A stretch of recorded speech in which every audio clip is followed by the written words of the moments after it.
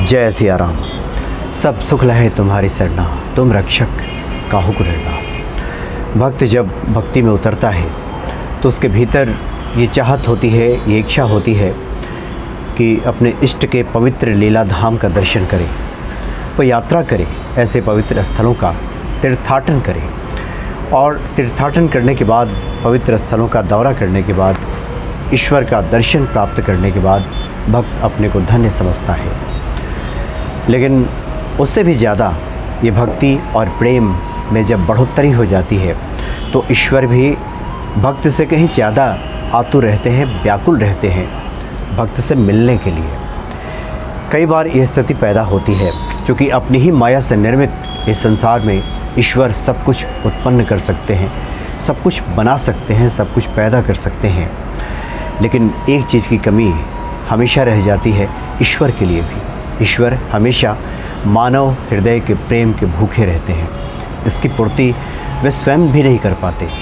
इसलिए किसी मनुष्य के हृदय में ईश्वर के प्रति अगर प्रेम उपज गया तो उस भक्त से कहीं ज़्यादा आतुरता ईश्वर में रहती है अपने प्रिय भक्त से मिलने की।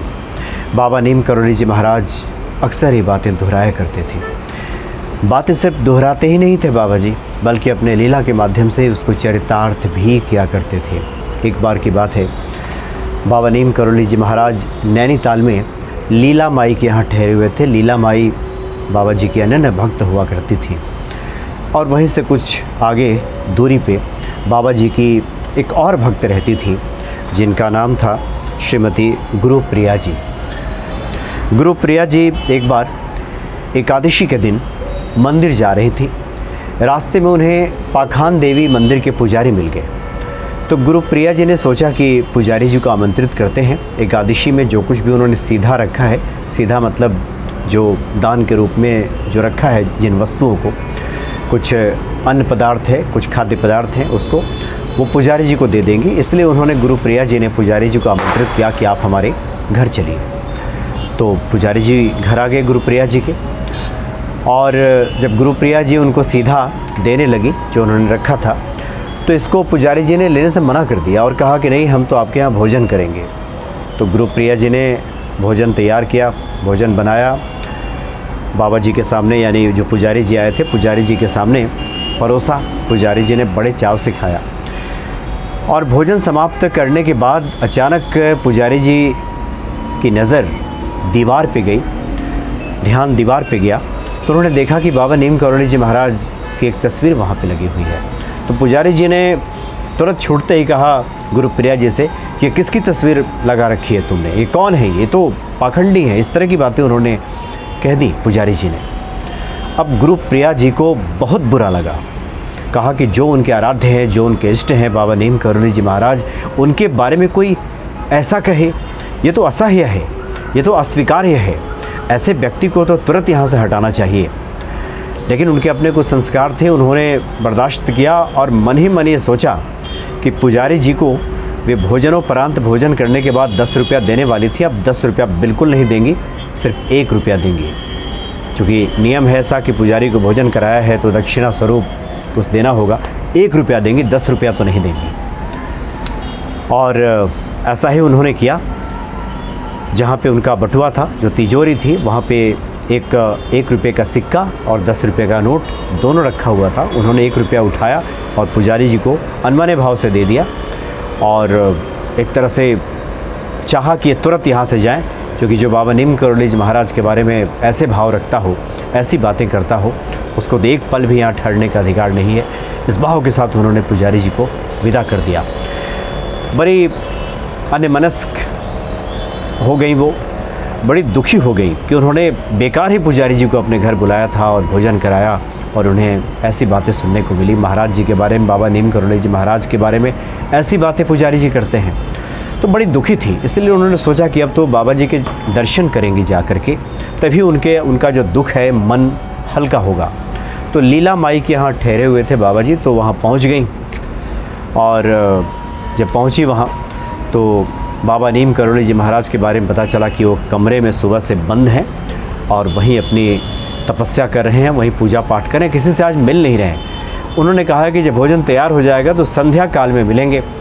तो इस तरह से जब संध्या हो गई, भोजन तैयार हो गया, तो बाबा जी कमरे से बाहर आए। बाबा जी को जब भोजन कराया गया तो बाबा जी ने बस थोड़ा सा कुछ खाया और कहा कि नहीं, आज तो मेरा पेट भरा हुआ है, मैं पहले से खा चुका हूँ। तो सबने कहा कि बाबा आप तो कमरे के भीतर थे, आपने कब भोजन ग्रहण किया?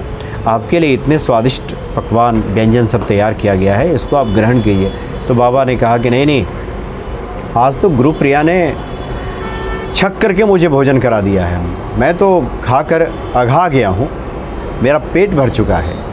और इतना ही नहीं, गुरुप्रिया ने तो मुझे 10 रुपये का नोट दिया है। तो गुरुप्रिया जी ने सोचा कि बाबा जी तो अंतर्यामी हैं, सब बात जान जाते हैं, पुजारी जी वाले घटनाक्रम से बाबा जी शायद परिचित हो गए हैं और इसीलिए वो ऐसा कह रहे हैं कि हमने उन्हें 1 रुपया ही दिया, 10 रुपया ही क्यों नहीं दे दिया, इसलिए 10 रुपये की बात कर रहे हैं। खैर, बाबा जी से विदा लेने के बाद, प्रणाम करने के बाद जब विदा हुई वहाँ से, तो अपने घर जा कर के उन्होंने संदूक में देखा, तिजोरी में जहाँ पे उन्होंने 10 रुपये का नोट रखा था, देखा कि वहाँ 10 रुपये का नोट तो है ही नहीं, वहाँ तो 1 रुपये का नोट पड़ा हुआ है। देख करके वो आश्चर्य में पड़ गई, विस्मित हो गई और ये समझ गई कि जो पुजारी के रूप में हमारे घर में भोजन करने आए थे वो तो स्वयं बाबा नीम करोली जी महाराज थे। वो गदगद हो गई इस भाव से, उनकी आंखें नम हो गई कि जिनको ढूंढने के लिए वो कहाँ कहाँ नहीं भटकती थी, वो चाहती थी कि बाबा नीम करोली जी महाराज उनके घर कभी आएँ, कभी दर्शन दें, कभी यहाँ भोजन करें। और बाबा जी स्वयं उन्हें कृतार्थ करने के लिए पहुँच गए और उन्हें वो पहचान न पाई। पाखान देवी मंदिर के पुजारी के रूप में बाबा जी यहाँ पहुँच गए। वो पुनः दौड़ती हुई फिर गई मिलने के लिए बाबा नीम करोली जी महाराज से और उनके चरणों में गिर पड़ी और कहा कि बाबा आज मैं धन्य हो गई, आज आपने तो मुझे कृतार्थ कर दिया। और ये अब तक की जो मेरी अभिलाषा रही थी, जो मन में ही दबी हुई थी कि काश कभी बाबा नीम करोली जी महाराज हमारे घर भी आते, यहाँ भी पधारते, मैं उन्हें अपने हाथों से खाना खिलाती, तो आप तो मुझे ही ढूंढते हुए पहुँच गए। तात्पर्य यह है कि जब ये भक्ति बढ़ जाती है ईश्वर के प्रति, तो ईश्वर स्वयं ढूंढते हुए भक्त के पास पहुँच जाते हैं, फिर कहीं भागने की आवश्यकता नहीं होती। आप एक पग अगर ईश्वर की तरफ बढ़ाएंगे तो ईश्वर 2 पग आपकी तरफ बढ़ा देते हैं। इसलिए मानव प्रेम के भूखे हैं ईश्वर। किसी मनुष्य के हृदय में अगर ईश्वर के प्रति प्रेम बढ़ता है तो ईश्वर गदगद हो जाते हैं, प्रसन्न हो जाते हैं और उस भक्त से मिलने के लिए व्याकुल हो जाते हैं, आतुर हो जाते हैं। बाबा नीम करोली जी महाराज ने अपने इस लीला से सबको बता दिया। इसलिए जो लोग भी ईश्वर के भक्त हैं, ईश्वर की भक्ति में हैं, श्री हनुमान जी की भक्ति करते हैं, वह विश्वास रखें कि जितना प्रेम हनुमान जी के प्रति उनका बढ़ेगा, उससे कहीं दूना प्रेम हनुमान जी का आपके प्रति होगा। और ये अकाट्य सत्य है। बाबा नीम करोली जी महाराज के प्रसंगों को जब पढ़ा जाएगा, जब सुना जाएगा, मनन किया जाएगा, तो ये भाव मनुष्य के भीतर निश्चित ही प्रबल होगा। ये विश्वास गहरा हो जाएगा कि आप जब पुकारेंगे तो हनुमान जी निश्चित ही दौड़े चले आएंगे, क्योंकि बहुत दयालु हैं श्री हनुमान जी। जय सिया राम।